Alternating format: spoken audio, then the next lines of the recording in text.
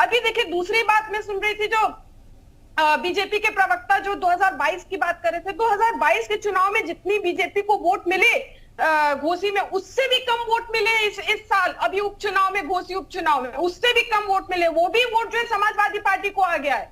शायद मनीष शुक्ला भाई को मालूम नहीं होगी ये बात। और जो अभी आप बात कर रहे थे राजभर जी की, देखिए घोसी की जनता ने तो राजभर जी की बात उन्हीं को लौटा दी। घोसी की जनता तो कह रही है कि घोसी के अंगने में राजभर और चौहान जी का यहाँ क्या काम है, घोसी की जनता ये कह रही है। और अगर आप बात करें एक गाजीपुर में एक राजनीतिक चर्चा बहुत जोरों से चल रही है कि ओपी राजभर जी जो है ये लोगों से कह रहे हैं कि सभी लोग कहते हैं, बीजेपी सहित अन्य लोग कहते हैं कि मैं विधानसभा चुनाव जो है अखिलेश यादव जी की वजह से जीता, तो मैंने अब तय कर लिया है कि मैं विधानसभा से इस्तीफा दूंगा और मैं दिखा दूंगा कि मैं अपने दम पे जीता। तो अब ये देखना है कि एक दो दिन पे इस्तीफा देंगे कि ये खोखले बातें हैं। और ये बात, इस बात में तो कोई शक नहीं है, इस बात में कोई शक नहीं है, सत्य पे आधारित बात है कि राजभर जी बीजेपी तो इस चीज को मान रही है ना कि एक सीट से अगर हम हार भी गए हैं तो इसमें हम मंथन करेंगे, इसमें इस्तीफा देने की क्या बात है। और बात बात पे ये क्या ट्रेंड है कि सामने वाली पार्टी से, उसके लीडर से इस्तीफा मांग लिया जाता है, ये सामने वाली पार्टी तय करेगी ना। अरे वो खुद कह रहे हैं, आप बात सुना करिए प्रिया जी। अरे राजभर जी खुद कह रहे हैं, अब देखना है कि वो इस्तीफा देंगे कि नहीं। वो तो कह रहे हैं मैं दिखा दूंगा अपने दम पे जीता हूं चुनाव, इस्तीफा देकर दिखाऊंगा। हम तो ये कह रहे हैं कि ये सत्य पर आधारित बात है कि वो अभी जो विधानसभा चुनाव जीते तो वो माननीय अखिलेश यादव जी और समाजवादी पार्टी की वजह से जीते। हाँ। अब तो देखना है कि वो जो गाजीपुर में सबसे कह रहे हैं कि मैं दिखा दूंगा इस्तीफा देकर कि मैं जीत सकता हूँ, तो हम लोग को देखना है कि वो तुरंत इस्तीफा देंगे कि नहीं देंगे। एक सेकंड और दे, एक सेकंड और दे, आपने सबको बहुत टाइम दिया। देखिए आप ये भी समझिए कि बैलेट पेपर पे भी जो है समाजवादी पार्टी को, चाहे घोसी उपचुनाव देख लीजिए और चाहे उत्तराखंड का उपचुनाव देख लीजिए, दोनों जगह बैलेट पेपर में उधर कांग्रेस जीती और समाजवादी पार्टी बैलेट पेपर में घोसी में जीती। स्पष्ट संदेश है कि सरकारी कर्मचारी भी जो है, जो बीजेपी की जो नकारात्मक राजनीति है, जो नफरत वाली राजनीति है बीजेपी की, उसको सरकारी कर्मचारी भी नकार रहे हैं। सरकारी कर्मचारी भी उब गए हैं बीजेपी की नकारात्मक राजनीति से। तो आप ये समझिए कि जो उपचुनाव हुआ ये स्पष्ट संदेश है कि उत्तर प्रदेश सहित पूरे भारत से एनडीए का सफाया होगा और ये सफाया इंडिया प्लस पीडीए मिलकर सफाया करेगी। ठीक है, सुभाष यादव। प्रिया जी आ रही हूं। मनीष जी देखिए प्रिया जी, सबसे पहले तो स्पष्ट कर दूं कि ये खामख्याली सपने देखने लग गए अभी से मुंगेरी लाल के हसीन सपने। अभी तो सिर्फ एक घोषी की इन्होंने जीत ली तो इनके पैर इस समय जमीन पर नहीं पड़ रहे हैं, ये आसमान पर जा रहे हैं। इन्होंने जिस प्रकार की टीका टिप्पणी की, मुझे लगता है समाजवादी पार्टी बड़ी जल्दी दम्भ के अंदर आ जाती है, बहुत ही जल्दी घमंड के अंदर आ जाती है। एक जीत क्या हुई, बाकी की इनको हार का याद नहीं है। ये रामपुर की हार को अभी तक याद नहीं कर पा रहे, ये आजमगढ़ की हार को याद नहीं कर पा रहे। जश्न वो मना रहे हैं, जीत तो जीत है, हार हार है। प्रिया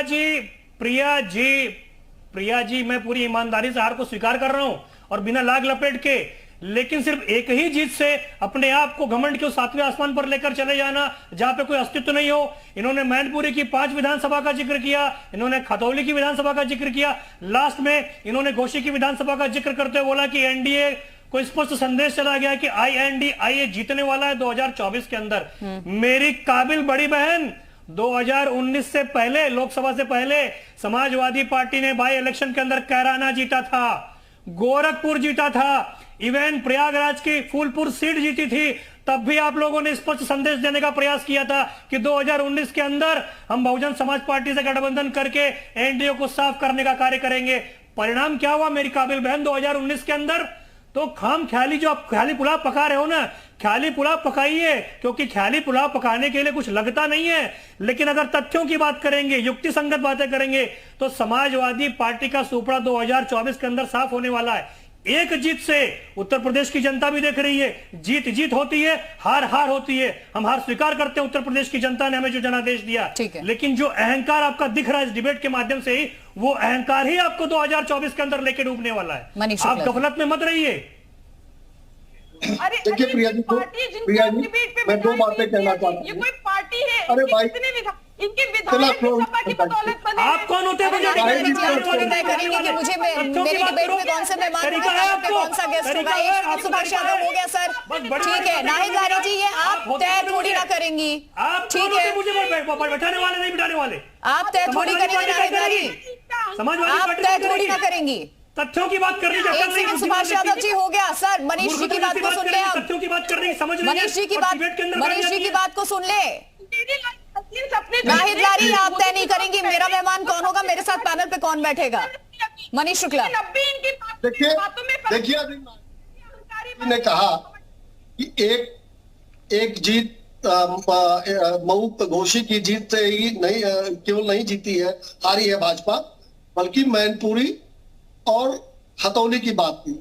जब खतौली में हम हारे थे तो रामपुर में जो आजम खान की सीट थी उसको हम जीते, रामपुर की लोकसभा हम जीते, आजमगढ़ की लोकसभा जीते, उसके पहले 7 उपचुनाव हुए थे विधानसभाओं के, 7 में से 6 हम जीते।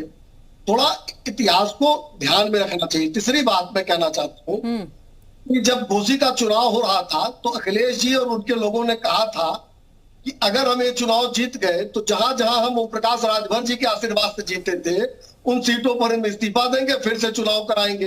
तो आज जी न्यूज पर, जी यूपी उत्तर प्रदेश पर नाहिद लारी खां बताएं कि ओम प्रकाश राजभर जी के आशीर्वाद से जहां जहां अखिलेश यादव जीते थे पूर्वांचल की सीटों पर, वहां इस्तीफा कब देने वाली है और जनता को बताएं आज, और वहां फिर चुनाव हो जाए तो दिख जाएगा, दूध का दूध और पानी का पानी साफ हो जाएगा। ठीक प्रिया है जी, बोलिए नाहिद जी। प्रिया जी, आप ये समझिए कि जो लेटेस्ट चुनाव होते हैं उसकी बात की जाती है। लेटेस्ट चुनाव नहीं, आप बताइए अखिलेश जो तमाम लोगों ने जो कहा था कि ओम प्रकाश राजभर के आशीर्वाद से जिन सीटों को हम जीते थे उस पर इस्तीफा देंगे, तो आप इस्तीफा देने वाले हैं क्या? अब कुछ तो आपको बोलना ही है, इसलिए आप बोल रहे हैं, क्योंकि आपको तो मालूम है कि 2024 नाहिद लारी, सामने से इस्तीफा आप मांग रही हैं, इतिहास जब ये गिनवा रहे हैं तो फिर आप उसी चीज पे पीछे भी हट जा रही हैं। मतलब ये सामने वाली पार्टी पे लागू होता है, बात जब आपकी आएगी तो आपके लिए ये चीजें लागू नहीं होती हैं, निर्धार होती हैं। प्रिया जी, मैं तो ये कह रही हूँ कि जो मैं तो ये जानता ही हूँ कि अखिलेश यादव इस्तीफा नहीं देंगे, समाजवादी पार्टी अपने बात पे मुकरने वाली है, लेकिन ओम प्रकाश राजभर जी के आशीर्वाद से जो सीटें पूर्वांचल में जीती है, समाजवादी पार्टी इस्तीफा कब देगी? कब मंत्री बना रहे हैं? मंत्री कब बना रहे?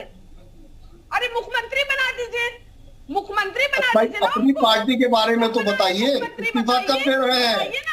तो तमाम सीटें ओम प्रकाश राजभर के आशीर्वाद से समाजवादी पार्टी के लोग जीते हैं। जो समाजवादी पार्टी के लोग छड़ी लेकर चुनाव जीत लड़े हैं, तमाम सीटों के नाम बता दें। लेकिन मनीष शुक्ला जी, वाकई बीजेपी के लिए नींद उड़ा देने वाली ये बात है कि नहीं है? जहां समाजवादी पार्टी की पकड़ है वहां सेंधमारी बीजेपी नहीं कर पाई और ना कर पाएगी। जनता ने ये जनादेश दिया है, इस चीज को समझना होगा कि क्षेत्र के जो मुद्दे होते हैं वो क्षेत्रीय मुद्दों पर ही स्टिक रह करके वहां के चुनाव को जीता जा सकता है। घोषी के परिणाम पर हमने कब सवाल खड़ा किया? घोषी में जो हमको परिणाम जनता ने दिया उसको हम लोग तो सर माथे पर रख रहे हैं। कोई हम अखिलेश यादव और राहुल गांधी हैं क्या कहने लगेंगे कि ईवीएम का दोष है, चुनाव आयोग ने गड़बड़ी कर दी, प्रशासन ने गड़बड़ी कर दी? ये तो बड़ा न्यू नॉर्मल हो गया है सर, ये न्यू नॉर्मल हो गया। संदीप श्रीवास्तव का रुख कर रही हूँ। नाहिद लारी, एक आखिरी कमेंट जरूर मैं आपका ले लूंगी। वैसे सबसे ज्यादा वक्त आपको दिया गया, फर्स्ट हाफ में भी आपने बोला मैम जितना वक्त आपको दिया गया उतना वक्त किसी को नहीं दिया। ये एलिगेशन मत लगाइए, सारे मेहमान बराबर है, आपसे भी सवाल पूछ रही हूँ, दूसरों से भी पूछ रही हूँ। आपने मेरा वक्त मनीष जी को बोलने के लिए बिल्कुल नहीं दिया, बिल्कुल नहीं दिया। मनीष जी से सवाल पूछे हैं आप, अगर आरोप लगाएंगी, सवाल उनसे पूछे जा रहे, हार उनकी हुई है। जहां दम भरते थे जीत का वहां शिकस्त, करारी हार हुई है। 40,000 मतों से जनता ने वापस भेज दिया, तो सवाल इनसे पूछे जाएंगे। आप भी आरोप लगा रही हैं, सत्ता पक्ष है ये, जवाबदेही इनकी बनती है। संदीप श्रीवास्तव, अरे चुप हो जाइए ना संदीप श्रीवास्तव। मोदी जी और योगी जी की भी हार है, माननीय मोदी जी और माननीय योगी। हाँ प्रिया, हारती पूरी पार्टी है, कोई व्यक्ति विशेष नहीं हारता है। अगर समाजवादी पार्टी का कोई प्रत्याशी हारेगा तो पूरी समाजवादी पार्टी की हार होगी, न सिर्फ अखिलेश यादव की हार होगी। संदीप श्रीवास्तव।